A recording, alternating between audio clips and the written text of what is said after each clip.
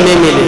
यही आपका केवल आपका विरह मुझे चाहिए। हमें जो है जय के बोला खुद बोला, ये भगवान तुम्हारी खुद हमको लगती रही, खुद बोल ना आपका विरह हमें बस ये चाहिए, बस आपका बस हर समय हम तुमको देखना चाहते हैं।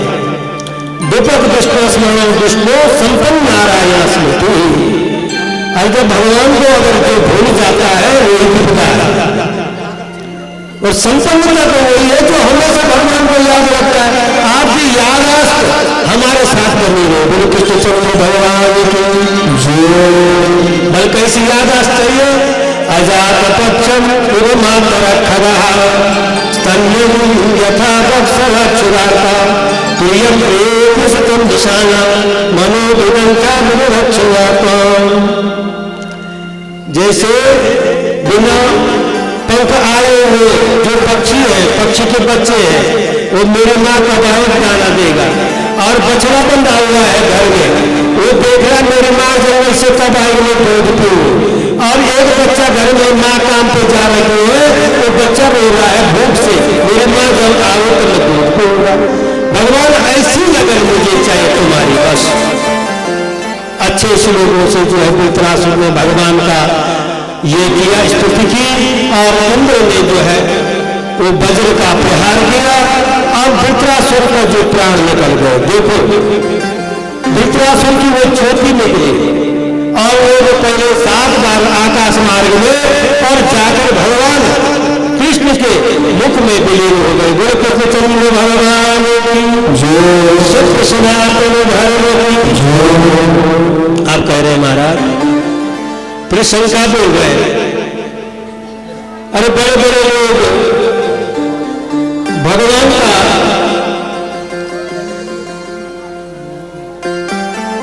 स्मरण नहीं कर पाते, भूल जाते हैं, लेकिन ये आसुरी वृत्ति में रहकर भी इस विस्तरासन को भगवान को याद करते। अंतिम समय भगवान का नाम कैसे लिया? बोले कृष्णचंद्र भगवान की जय। बोले महाराज अंतिम समय में भगवान का नाम एक क्या थे, कैसे थे, अब देखो उस कथा का बोल रहे हैं। ये अंतिम समय में इसने जो नाम लिया कैसे लिया? बोले एक चित्रकेतु नाम का राजा था पहले पूर्व जन्म में, ये जो धृतराष्ट्र बना चित्रकेतु नाम का राजा है, और इसका बहुत समय तक कोई संतान नहीं हुई, बहुत स्त्रियां थी। महाराज चित्रकेतु का एक दिन अंधेरा ऋषि और नारद जी आए। बोले संत महात्मा नारद जी जैसे जिस घर में आ गए, संतों का दर्शन हो, नारदो देव दर्शन, उनको देव का दर्शन हो नहीं होगा। बोले मुझे एक लगन है, तो बैठाया उनको सब कुछ पूछा। बोले महाराज मेरे यहाँ संतान नहीं है, आप संतान के बारे में देखा, तुम्हारे भाग्य में 7 जन्म तक संतान नहीं है, अंगिरा ऋषि ने कहा। बोले महाराज ये तो आपने बड़ा, हमें चाहे कुछ भी हो जाए संतान नहीं है, पर लोग ये बोले कि इसका बच्चा हुआ और बच्चा ही मर जाओ, तो ऐसे बच्चा बोले तुम्हारी संतान होगी लेकिन अकाल मृत्यु वाली होगी। बस अब नारद और अंगिरा चले गए। फिर वहां पर उनको 50 समय आने पर चित्रकेतु के यहाँ उनकी जो बड़ी रानी थी कृतिवती उनका नाम था, उसके गर्भ से बच्चे ने जन्म ले लिया। अब महाराज चित्रकेतु सब भूल गए और वहां कृतिवती के महल में जाते थे। उस बच्चे पर मोह हो गया, पुत्र मोह हो गया। सब रानी ने किया, देखो राजा अब हमारे ऊपर नहीं देखता है, सबने मंत्रणा की, ज्यादा कृतिवती की ही बड़ाई करते हैं।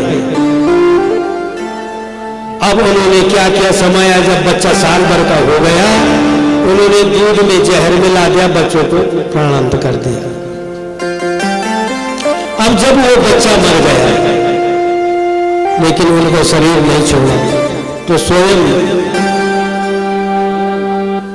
धर्मराज महाराज को यमराज को जो है ब्रह्मचारी के रूप में आकर उनको ज्ञान, अरे तुम क्यों रो रहे हो, बोल हम तुम्हारे लिए, वो भी रोने लगे। तब उनका दिन हटा।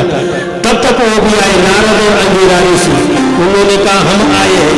अरे राजा चित्रकेतु, वो तुम्हारा जो बालक है ना, वो तो अकाल मृत्यु वाला, बलि ने ही मांगा था तुम्हें, लेकिन बोले महाराज मैं इसके मोह में ज्यादा ग्रसित हो गया, मैं रह नहीं पाता हूं, हमें दोबारा आप सब कुछ कर सकते हो, इसको जीवन दान दो। तो नारद जी और अंगिरा ऋषि ने फिर मंत्रों द्वारा उस जीवात्मा को बुलाया। वो जीवात्मा उस शरीर पर आई जाती, बोले तुम्हारे माता पिता है, रो रहे हैं, वो कुछ नहीं कर रहे, कई दिनों से ऐसे तुम्हारा शरीर का कोई कुछ नहीं कर रहे। बोले मेरे माता पिता, आपका कोई माता पिता है, कौन से जन्म के हैं, और मेरा तो कई जन्म हो चुका है, पशु योनि में 84 लाख योनि है, सोकर कोकर कई जगह हमारा जन्म हुआ, मनुष्य में भी हुआ, कहीं राजा हुआ, कहीं कुछ हुआ, कहीं। तो बोले मैं अपना प्रमाण दे हमें कि किस जन्म के माता पिता है ये हमारे। तो अंगिरा और नारद जी ने कहा, बोल रहा चित्रकेतु, उत्तर दे इस बच्चे का, इस जीवात्मा का, कब के माता पिता हूं। बोले महाराज उत्तर आ गया, अब मुझे कुछ उत्तर नहीं मिलना है, बस मुझे ज्ञान हो गया, हम कब के, मैं तो इस मोह में तो कई दिनों से नहीं हो गया था, अब ज्ञान हो गया, अब आप हमें ज्ञान दीजिए। तो महाराज नारद अंगिरा ऋषि ने शेष साई विद्या दी, नागराज का मंत्र दिया। बोले 7वें दिन आकर के बलगाऊ बलिराम जी शेष अवतार में बलगाऊ आपको दर्शन देंगे, ये हमारे नागराज में। बोले वासुकी नाग भगवान की शेष साई विद्या का मंत्र देंगे। तो 7 दिन तक इन्होंने तप किया और बलिराम जी शेष अवतार बलगाऊ वहां पर आए, दर्शन दिया और उनको इस चित्रकेतु को विद्याधर गंधर्व की पदवी दे दी, विद्याधर गंधर्व बन गया।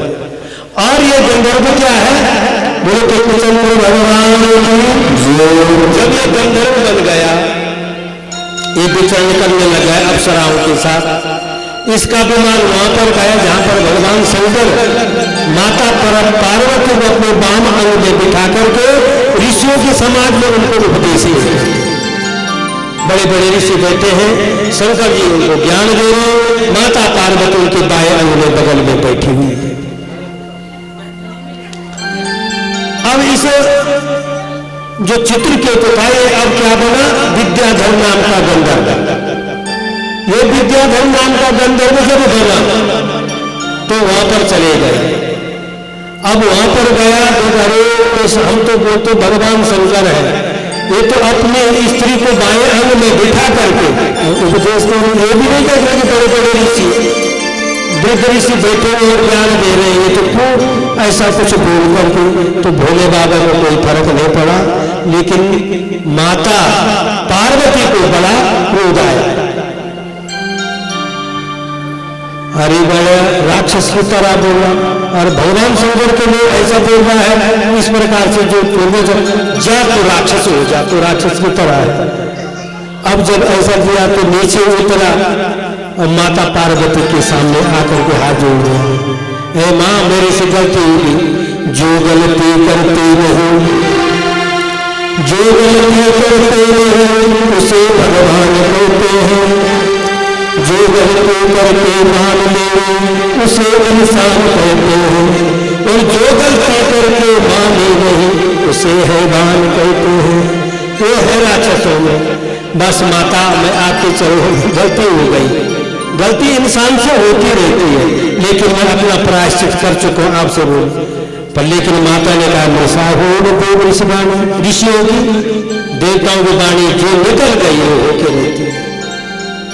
बोले बेटा फिर गदगद हो गई, राक्षस तो जो बनने पड़े, लेकिन अंत तो गति तक तेरी जो है याद बनी रहेगी, तो भगवान की प्रार्थना करेगा और तेरी मुक्ति हो जाएगी। ये प्रश्न पूछा था ना राजा परीक्षित ने, भगवान वो आसुरी वृत्ति में पैदा होते हुए भी और अंतिम में कैसी ये प्रार्थना की है भगवान की, हर कोई नहीं कर सकता।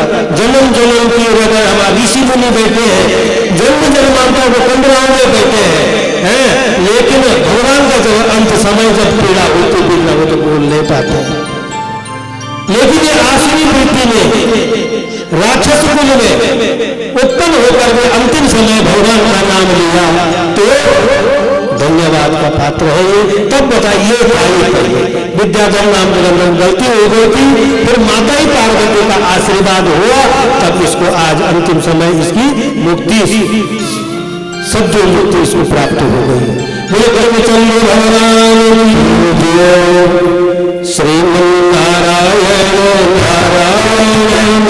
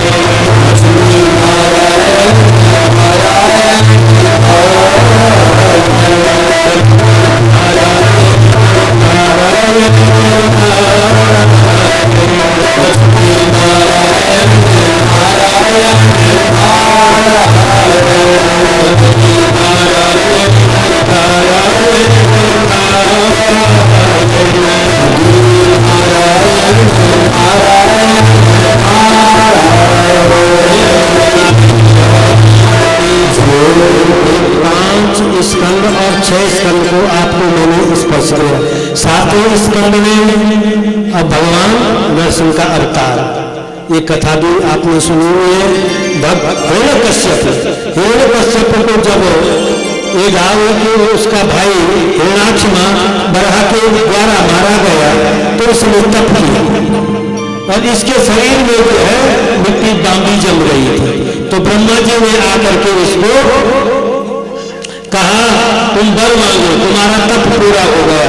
तो जैसे ब्रह्मा जी ने कहा उसने महाराज वर मांगना, न मैं अंदर मरूं न बाहर मरूं, न पशु से मरूं न आदमी से मरूं न किसी, ऐसी कई झड़ी लगा दी।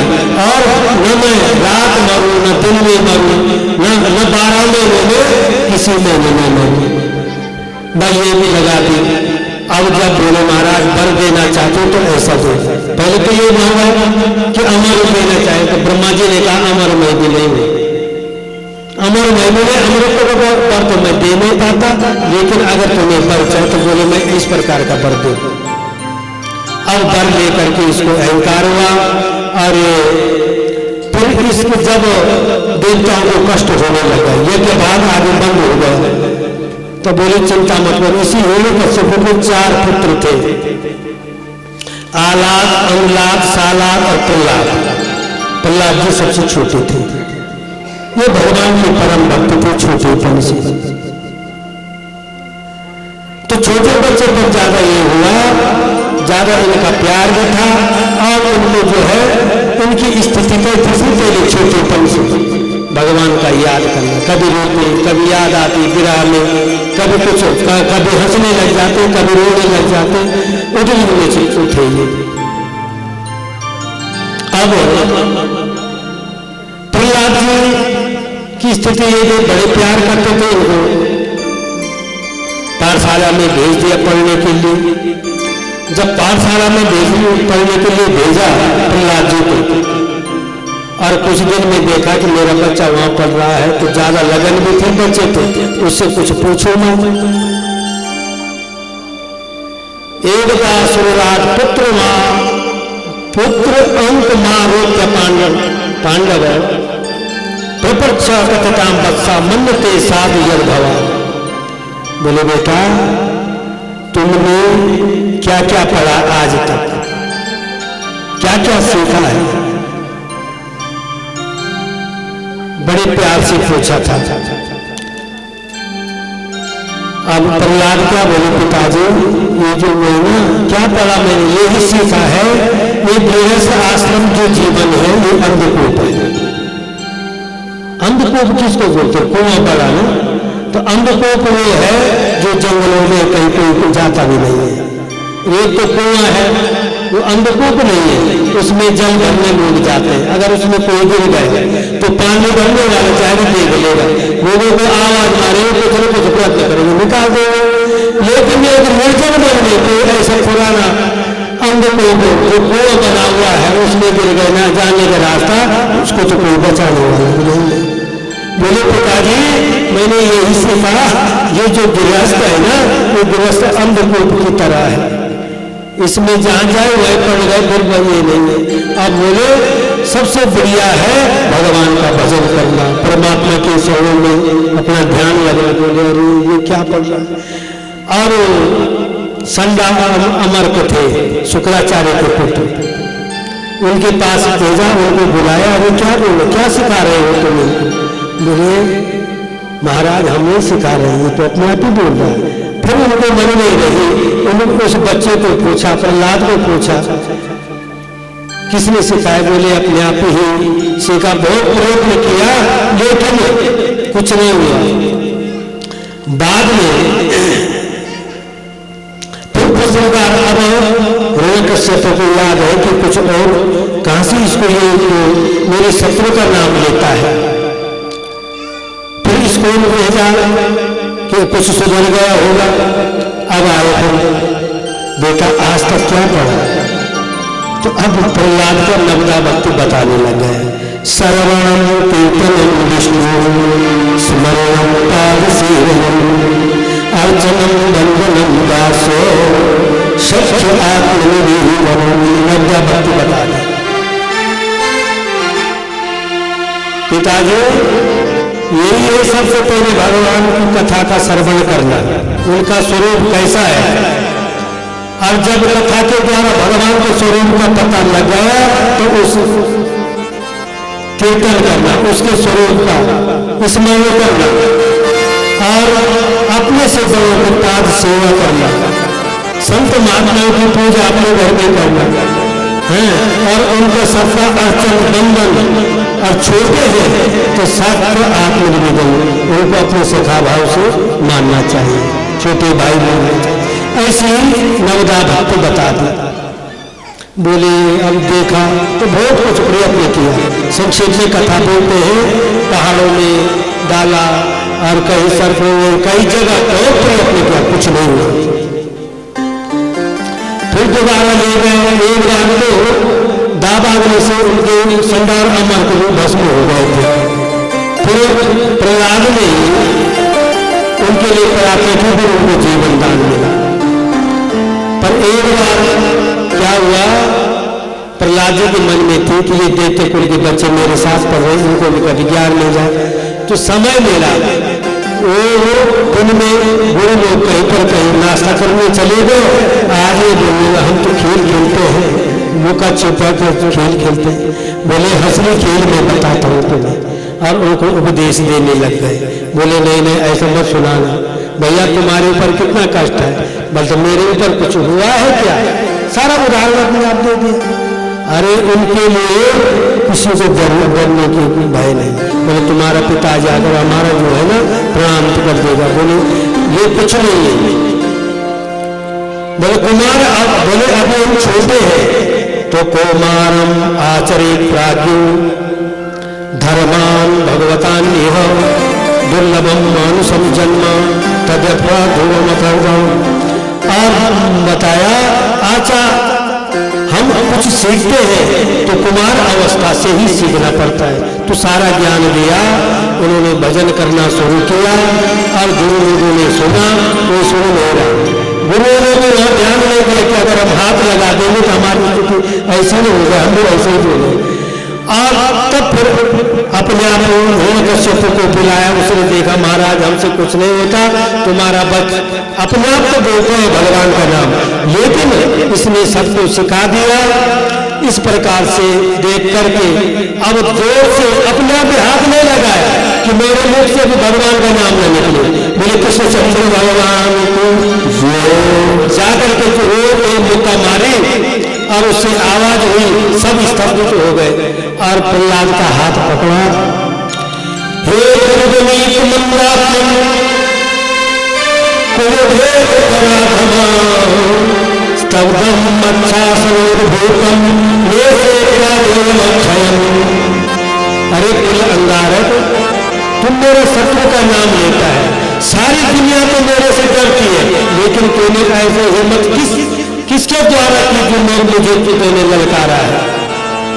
मुझसे सारी दुनिया डरती है, लेकिन कौन सी ऐसे तेरे पास है, कौन सी ऐसी शक्ति जो तू मुझे ललकार रहा है? लेकिन प्रहलाद हाथ जोड़ के न केवलम में भवतश्च राजन सबे बलम बलिनाम परेशान परे परे में सृजन्यमाये ब्रह्मा गयो ये वसम गुणता। पिताजी ये बल मुझे नहीं है, उनका बल सबके पास है, तुम्हारे पास है, ब्रह्मा जी के पास में सब कुछ उन्हीं का बल है। अब और क्रोध बढ़ा तो कहाँ है बोलो, कहाँ नहीं है ये पूछो, वो कहाँ रहता? बोला कहाँ है तेरा वो भगवान जो इस प्रकार बोलो, ये पूछो कि वो कहाँ नहीं है, किस जगह नहीं है? तो हर जगह है। तो बोले क्या खंबा था वहां पर, इस खंबे में भी है? बोले हाँ इस खंबे में। कहा नहीं इसने मारी ये चोट और धड़ करके उसे भगवान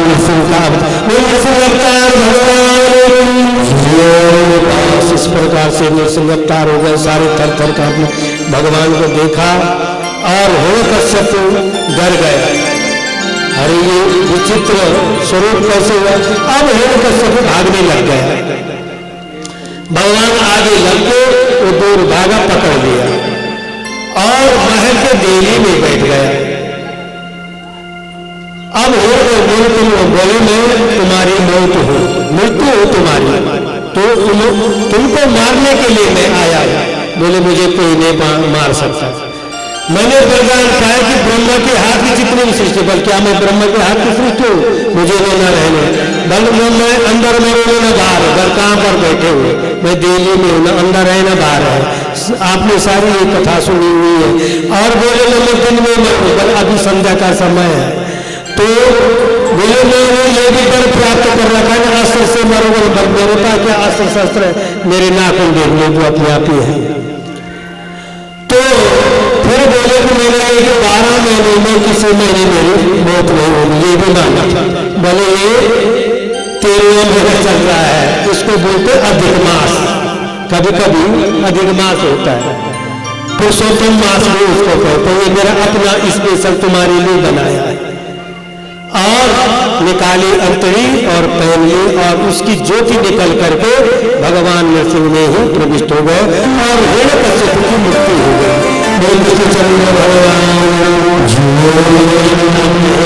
संक्षेप में बोलते सब डरने लग गए, किसी की हिम्मत नहीं कि भगवान का क्रोध और सारी पृथ्वी हिल गई, उनको शांत कैसे करना है? वह किसी की हिम्मत नहीं करी। बोले अब उनको शांत करना तो इनकी लक्ष्मी जी आकर के ही ये शांत कर सकते हैं। लक्ष्मी जी के पास लक्ष्मी जी भी आई, खूब बोले भगवान को कभी गुस्सा नहीं करते, जैसे वहां पर गई था लक्ष्मी जी वहीं की, जैसे वही भगवान नरसिंह वैसे अपने बैकुंठ में। मतलब किसी से कुछ नहीं होने वाला है, जिसके लिए ये अवतार धारण किया है उसी को भेजना है। तो स्वयं प्रहलाद जी को भेजा, जैसे पांव में पड़े स्वयं उनका क्रोध शांत हुआ और उसका माथा चूमा प्रहलाद का, और बोले प्रहलाद जी कौन उनकी प्रार्थना की? भगवान आपने जो ब्रह्मा दया सुलभ मुरे सुविधा सत्य तन मत वच सब प्रभारी नारायण तुम पुरुष तुम्हारे समय हरे जाते। जो ब्रह्मा आदि को नहीं हुआ वो आपने मुझे दिया है। बस प्रहलाद जी ने स्तुति की, आपने मुझे माना, मान दिया, अपना क्रोध शांत किया और बोले कहाँ हम दैत्य वंश में उत्पन्न और कहाँ बड़े बड़े को जो नहीं हुआ वो आपने हमको प्राप्त दिया, अब हमें आपकी कृपा चाहिए। बोले हम तुम्हें राजगद्दी देते हैं, जाओ तुम्हें राज करना पड़े। बोले हमें कुछ नहीं चाहिए, कुछ नहीं मांगे। थोड़ा मन में भाव आया कि जो जिन प्रजा से हमारा ये हिरण्यकश्यप के प्रति उनकी भी एक मुक्ति दिखा दी।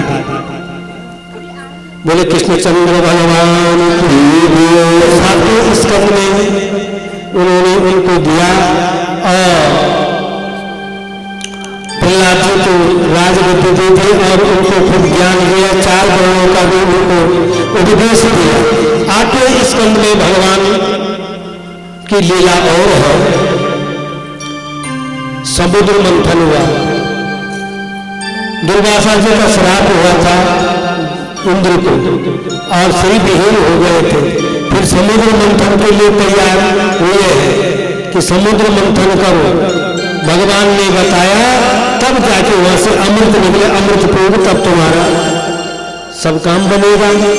तो सब दैत्य और देवताओं ने आपस में मंत्रणा की। उस समय राजा बलि थे और इन्होंने मंत्रणा करके मंदराचल पर्वत को मथा, वो से सब निकले और अमृत निकला। और अमृत में जो है बांटने के लिए संक्षेप में कथा करते हैं, भगवान ने मोहिनी का अवतार धारण किया। बस सब विमोहित हो गए, मोहिनी भगवान के पास दे दिया।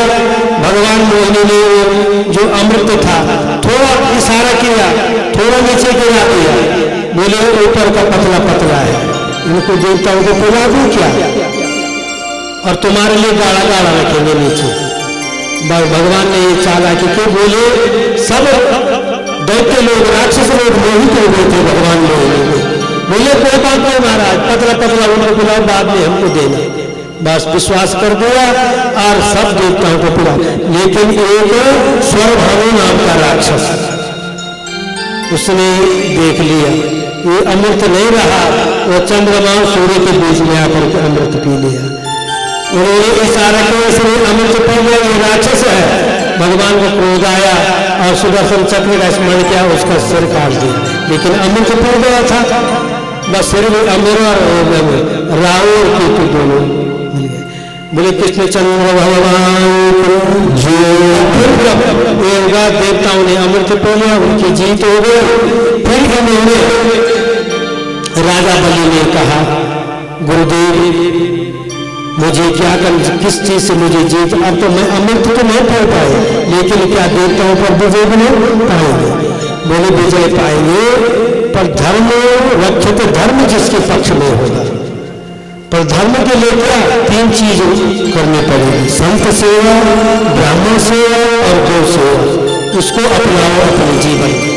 जो जिसको अपनाता है, और ब्राह्मण कार्य इनको किसी ने सब कुछ दिया भिक्षा में, कि ब्रह्मा जी ने कमंडल दिया, माता ने कोपिन पहनाई, और कश्यप जी ने जो है वो दे दी, मेखला दे दी, किसी ने कुछ दे दिया, किसी ने कुछ दे दिया, किसी ने भिक्षा पात्र दे दिया। और ये सब लेकर के गुरु बृहस्पति जिन्होंने यज्ञोपवीत पहनाए दे दिया। संक्षेप में बोले ये मुझे ने 3 लोगों की भिक्षा चाहिए। राजा बलि के पास भेज दिया। राजा बलि भगवान से मोहित हो गए, बोले कुछ भी मांगो मैं देने को तैयार हूँ। शुक्राचार्य जी ने निवारण किया, उनकी एक आंख फूट गई।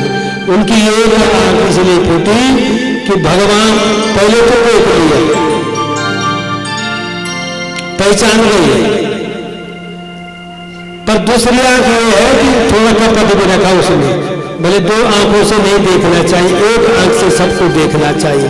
वास्तव में एक आंख उनकी गई, और इस प्रकार से जो है राजा बलि को से 3 पग की पृथ्वी जो है वामन जी ने ले ली, और उन 3 पग में पूरे 3 लोग को नाप लिया। बोले वामन अवतार भगवान, इसी में 8वें स्कंद में जो है फिर 9वें स्कंद में सूर्यवंश में सबसे बड़े श्राद्ध मन, उनके जो है आगे जो है आदमी सब अम्बरीश आदि सब हुए हैं, और इनके राम अवतार भगवान हुए। बोले राम अवतार भगवान की ओम मंगलम ओंकार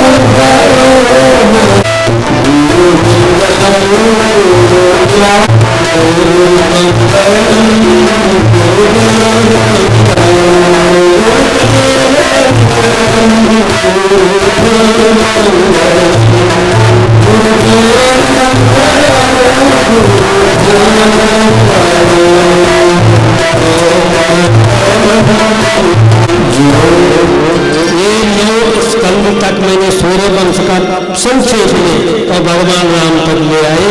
भगवान राम लक्ष्मण, राम भरत लक्ष्मण और भरत शत्रुघ्न 4 परिकर में ये आए हैं। ये सूर्य वंश का में भगवान ने अवतार लिया। अब ये वंश का थोड़ा आपको करवाते हैं, क्योंकि अब भगवान का जन्म होना है। हरि अनंत हर कथा अनंता, बस विस्तार से करेंगे तो एक ही कथा नहीं हो पाएगी।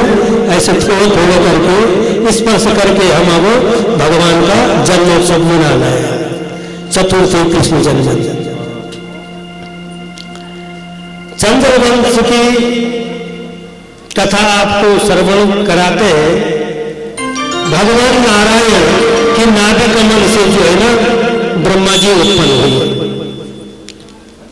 और ब्रह्मा जी के बेटा अत्रि हुए, अत्रि मुनि के बेटा चंद्रमा हुए, चंद्रमा के जो है बुध हुआ, और बुध का पुरुर्वा हुआ, पुरुर्वा का बुरा उर्वशी, उनके जो है 6 पुत्र हुए, आयु, सुतायु, सतायु, रय, जय, विजय आदि 6 बेटा हुए। इन्हीं के प्रतापी वंश चलकर महाराज नहुष इसी जन्म में हुआ, और नहुष के भी ये कोई ययाति, सयाति, अयाति, बियाति, कृति आदि सब हुए हैं। उनमें सबसे बड़ा बेटा जो योग सन्यासी हो गया, दूसरे बेटे के 2 विवाह हुए। पहला विवाह तो शुक्राचार्य जी की बेटी देवयानी से हुआ, और दूसरा विवाह वृषपर्वा की पुत्री शर्मिष्ठा से हुआ। ये ययाति की और शर्मिष्ठा से जो है ययाति और ये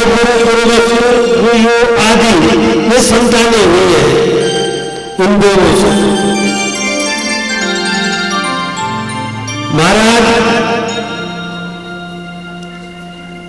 जो उनके पुत्र ये थे, ययाति ने कुछ अपने बच्चे यदु से मांगा था कि मुझे वृद्धावस्था में जवानी मांगी, नहीं किया, लेकिन उनको श्राप में तुम सम्राट नहीं बनोगे, और राजा पुरु ने दिया, इसलिए पुरु वंश में सम्राट हुए हैं। और बोलो महाराज परीक्षित को तुम्हारा जन्म इसी पुरु वंश में हुआ है, उसी पुरु वंश को पुरु वंश भी बोलते हैं।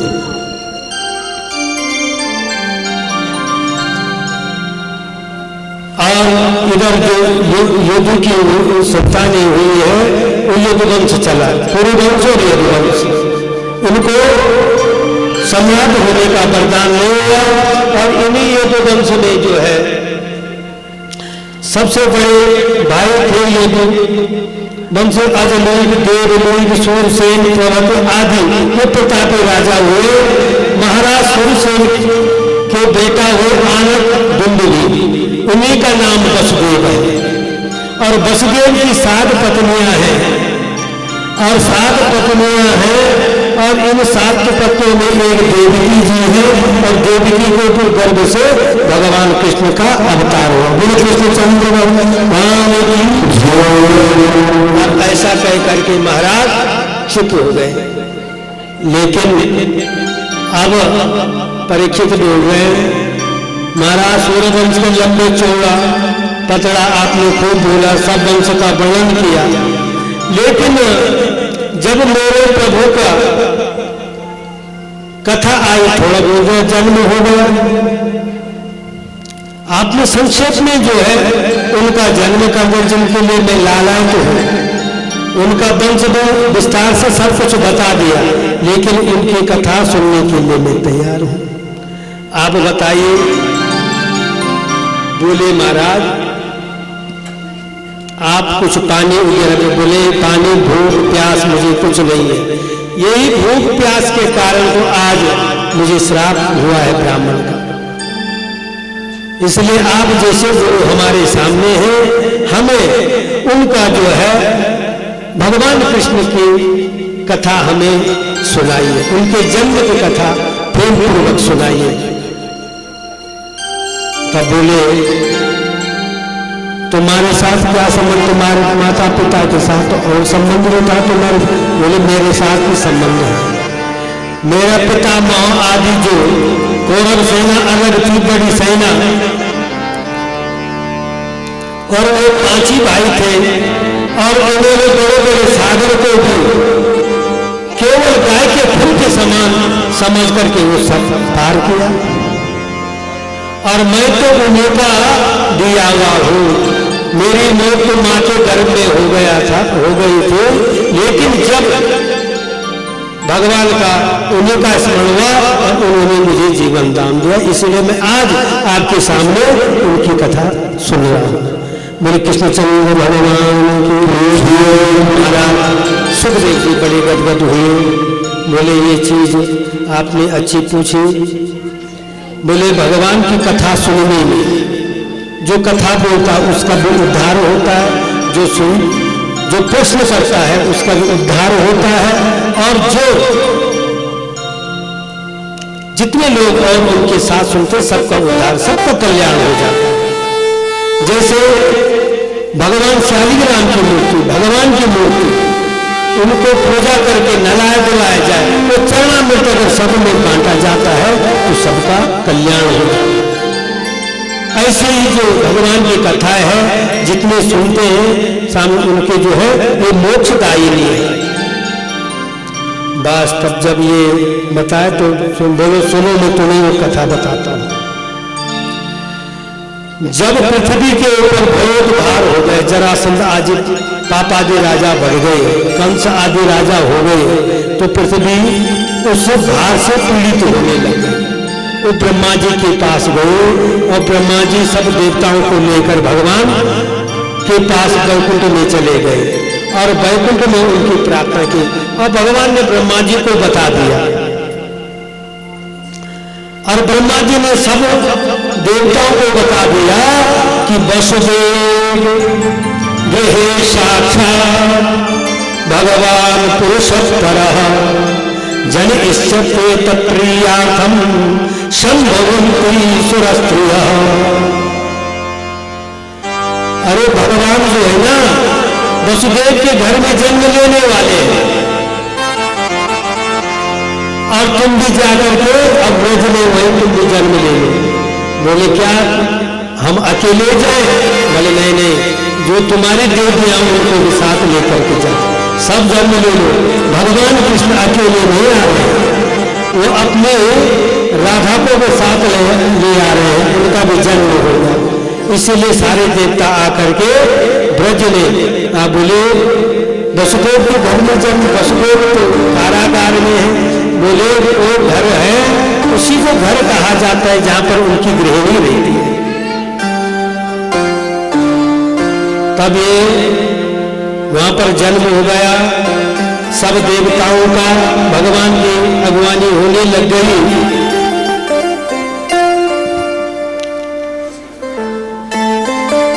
अब ये कंस बड़ा दुराचार,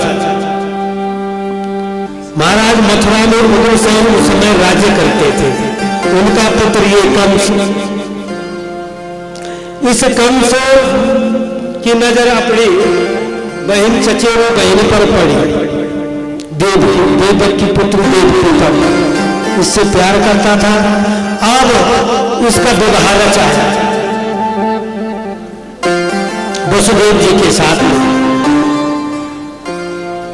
और वसुदेव जी के साथ में जब विवाह किया तो थोड़ा बहुत जनता को दिखाने लग गए कि ये न कहीं लोग मुझे सब पापाचार्य बताते हैं, इसलिए झूठ मूठ के आंसू बहाने लग गए कि मेरी बहन जा रही है।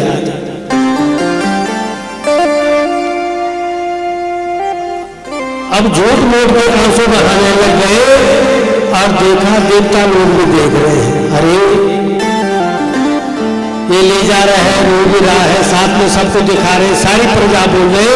हम तो बोलते थे महाराज कंस बड़े दुराचारी है, बड़े निपुण है, बड़े कड़क है, पर ये तो दिल देखो उनका, आज बहन की शादी हो रही, रो भी रहे हैं, आंसू बहा रहे हैं।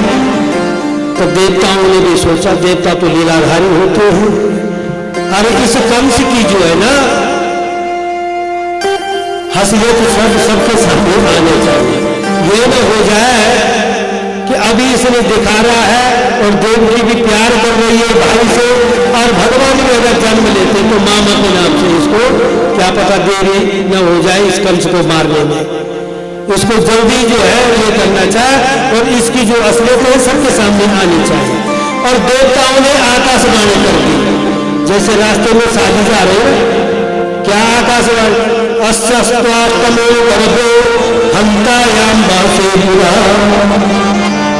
अरे कंस, जिस बहिन को तू पहुंचाने जा रहा है इसका 8वां गर्भ तेरा मृत्यु होगी, ये काल होगा तेरा। जब ये सुना तो कहाँ वो रोना धोना, कहाँ वो करुणा, तुरंत तलवार निकाले और देवी के केस पकड़ने लगे। देखा क्रोध आया तो आकाशवाणी ने सच बोला, पकड़ा, बोले न रहे बांस में बजे दूसरे, सबके सामने आ गए, क्षण भर में बदल गए कंस। अब सब किसी की तो हिम्मत नहीं, लेकिन वसुदेव जी ने कहा मैं पति हूं, मेरा धर्म बनता है कि मैं अपनी पत्नी की रक्षा करूं। इसीलिए जाकर के महाराज कंस के सामने वसुदेव चले गए, महाराज ऐसा काम मत करो, आप तो प्रतापी राजा हैं, आपसे सारी दुनिया डरते हैं और आप जो है अपनी बहन पर अत्याचार करेंगे। आकाशवाणी झूठी बहुत समझा, लेकिन उन्होंने कहा ये झूठी नहीं हो सकती। कंस ने कहा, बोले महाराज अब मृत्यु कब आए, कैसे आए, ये तब देखा जाए, लेकिन आज आपकी छवि खराब होगी, जो आपका सम्मान बना हुआ है, आपसे दुनिया डरती है, लेकिन लोग आपको बोलेंगे ये कायर है।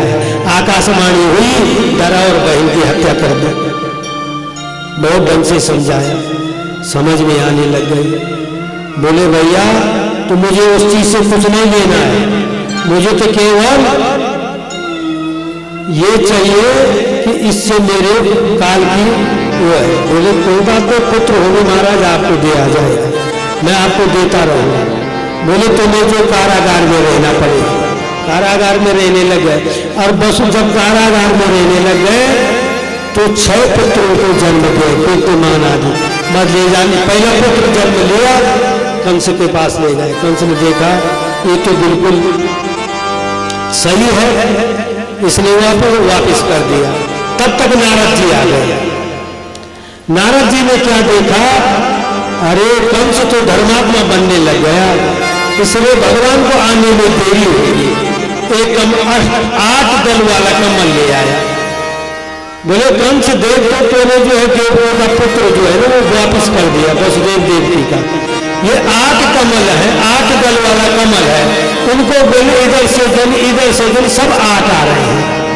8 कोई भी हो सकता है, पहले भी 8 आता है, तुमने जो क्यों दिया। बस उसी समय जो देवकी का पुत्र था बुलाया और उसके मार दिया। 6 बच्चों पर मार दिया। अब जो 7वां गर्भ था वो भगवान शंकर जी है, शेष जी का अवतार आया। योग माया को भगवान ने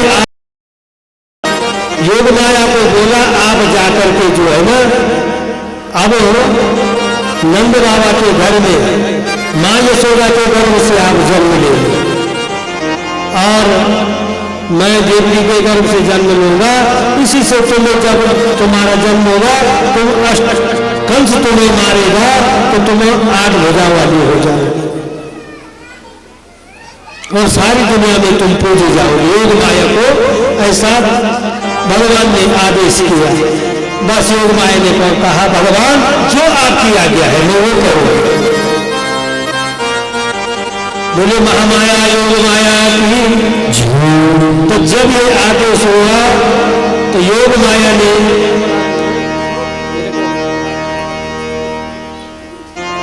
यशोदा जी के गर्भ में आ गए। भगवान जो है देवकी के गर्भ में आ गए, उनका तेज अलौकिक।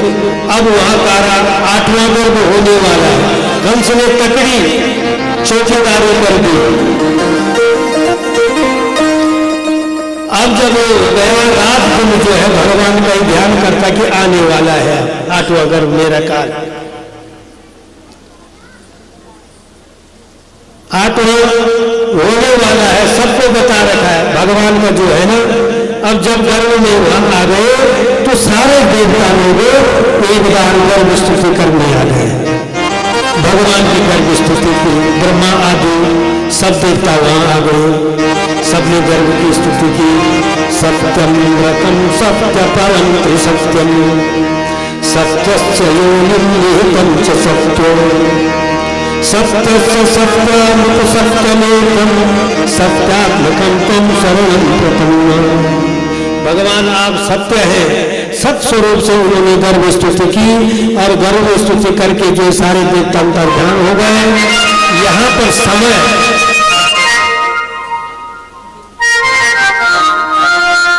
भगवान के जन्म का हो गया। भादों का महीना कृष्ण पक्ष अष्टमी तिथि बुधवार और रोहिणी नक्षत्र का आना, ऐसा बढ़िया अथा सर्व गुणों के काल परम शोभन शुभ समय वहां पर आ गया। और इस शुभ समय में भगवान उस कारागार में प्रकट हो गए। बोले कृष्णचंद्र भगवान उनके सामने प्रकट हो गए, देवकी और वसुदेव के सामने। और कैसे उत्पन्न हुए? तमद्भुतम बालकमंबुजे क्षणं चतुर्भुजम शंख गदायुधाधरम। और जब बालक का जन्म होता है तो क्या देखा? बच्चे 2 हाथ वाले होते हैं, लेकिन ये 4 हाथ वाला है। ये 4 हाथ वाला उत्पन्न हुआ है। ये अद्भुत बालक जन्म लेते समय, जब कोई बालक जन्म लेते हैं तो उनकी आंख क्या होती है? बंद होती है, पर इनकी आंखें खुला है। इनकी आंख क्या है? खुला है। और जब बच्चा जन्म लेता है तो नंगा होता, कोई वस्त्र नहीं होता, आवरण नहीं होता, लेकिन इनके वस्त्र पीतांबरी पहन करके आ रखा है। हाथ में कोई शंख चक्र गदा पद्म लेकर के भगवान ने वहां पर दर्शन दिया। ऐसा अद्भुत बालक का दर्शन।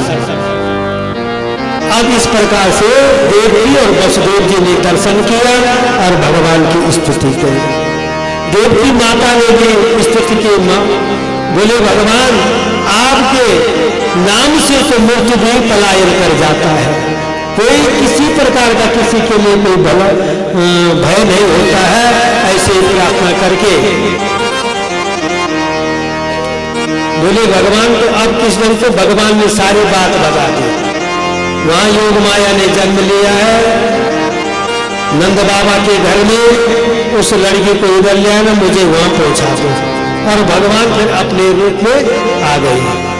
और जब भगवान वहां पर आए हैं तो वहां के जितने भी ताले बेड़ियां उनके लगे सब खुल गए थे। देखो ये सबसे बड़ा भगवान जहां जहाँ रहते हैं वहां पर कोई बंधन नहीं होता, ये सब खुल गए।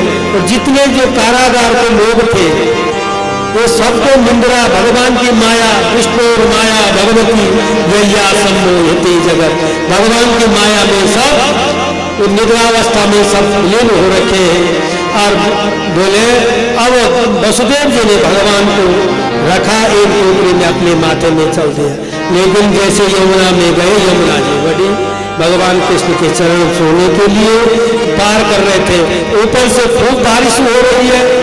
शेषनाग भगवान आए ऊपर से, छत अपने शेष से जो है भगवान के ऊपर बरसा के वो किया, छाया की। और यमुना जी बढ़े। जब वसुदेव जी थोड़े से मन से डरने लग गए थे, भगवान ने अपना चरण निकाला और यमुना जी शांत हो गए, उनको रास्ता दे दिया। बोले यमुना मैया पार गए। वहां पर यशोदा माँ के सामने जो जिस बच्ची ने जन्म लिया उसको उठाया, वहां पर भगवान को रखा, अपने आप वापस आया। और जब वहां पर योग माया आई तो जितने में ताले कुंजे बेड़ियां सब के सब ऐसे हो गए। और जितने भी लोग सो रखे थे निद्रा में सब जागृत हो गए और जो कन्या थे रोने की आवाज आ गई। मेरे जगत जननी जगदम्बा मैया की सब उठ गए कि देवकी का 8वें गर्भ में जन्म ले लिया। कंस को पता लगा, वह बाबला होता हुआ आया देवकी के पास। देवकी ने कहा भैया ये जो आकाशवाणी ने बोला ये तो झूठी हुई, ये तो पुत्री हुई है, ये पुत्र नहीं हुआ, ये 8वें गर्भ मेरी पुत्री हुई है। बोले कुछ नहीं है, आकाशवाणी ने ये नहीं बोला कि पुत्र के हाथ से होना है कि पुत्र के हाथ से, बोले 8वां गर्भ वो कोई भी हो सकता है। छिनाया देवकी के हाथ से योग माया को और जैसे पत्थर पर पटकना चाहा योग माया कंस के हाथ से फिसली और आकाश में चले गए। और आकाश में अष्टभुजा रूप लेकर के कंस को बोलने लगे, अरे कंस तू मुझे क्या मारता है, तुझे मारने वाला तो ब्रज में पैदा हो चुका। बोले कृष्णचंद्र महामाया योग माया की। जब योग माया के मुखारबिंद से ये सुना तो कंस ने बोला अरे ये आकाशवाणी भी झूठी हो गई, ये सब झूठा बोलने लग गया, उसने तो कहीं जन्म ले लिया। फिर ऐसा मंत्र लगे। अरे भगवान अब चले गए। अब जो सब लोग बैठे रहे ना बना रखा, अब भगवान का आप दर्शन करेंगे। कहा नंद बाबा के घर में गोकुल में वो पहुंचेंगे। नंद बाबा को रात्रि में स्वप्न हो गया कि मेरे घर में बालक जन्म ले लेगा। नंद बाबा की बहन थी सुनंदा, तो वे सेवा कर रही थी। खूब धन पैसा मिलेगा, जो मेरे का हार मेरी भाभी का है ये सोचा था वो मुझे प्राप्त होगा। उस लोगों का हार के लिए वो बैठी हुई थी, वो सब देख रहे थे। सुनंदा गई, एक बच्चा जो है सोचा के सामने खड़ा देखा। अरे पहले मैंने खबर देनी है, ये न हो ये लड़की हो, लड़का होना चाहिए। बस जैसे वस्त्र निकाला देखा वो बालक न। सुनंदा गए, लालो भयो सब बोलने लगे। नंद बाबा को पता हुआ तो यमुना में जाकर के स्नान करने लगे। और यहाँ महाराज गोकुल में नंद और यशोदा के घर में जैसे वो सारे लोग गोपियां भगवान के दर्शन के लिए गोकुल में आने लगे।